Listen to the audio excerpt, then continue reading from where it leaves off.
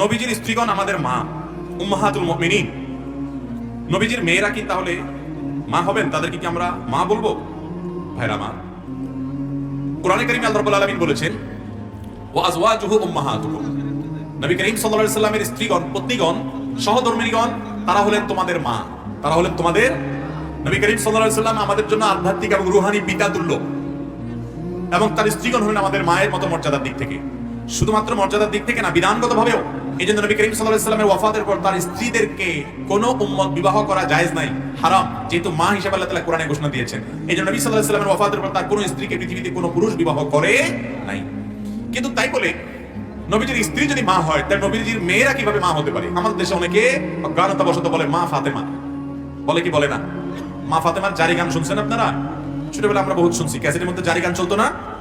মা ফাতেমা কান্দা বলে, কান্দা কয়, শুনেন না জারি গান?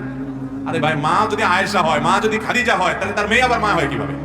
এটা অজ্ঞানতা, এটা ভুল, আমরা না জেনে এটা বলি। নবী সাল্লাল্লাহু আলাইহি সাল্লামের মেয়ে, তারা আমাদের বোন, তারা আমাদের মা নন, আমাদের মা হলেন তার স্ত্রীগণ। অতএব আমরা এই ভুলটাকে কারেকশন করব।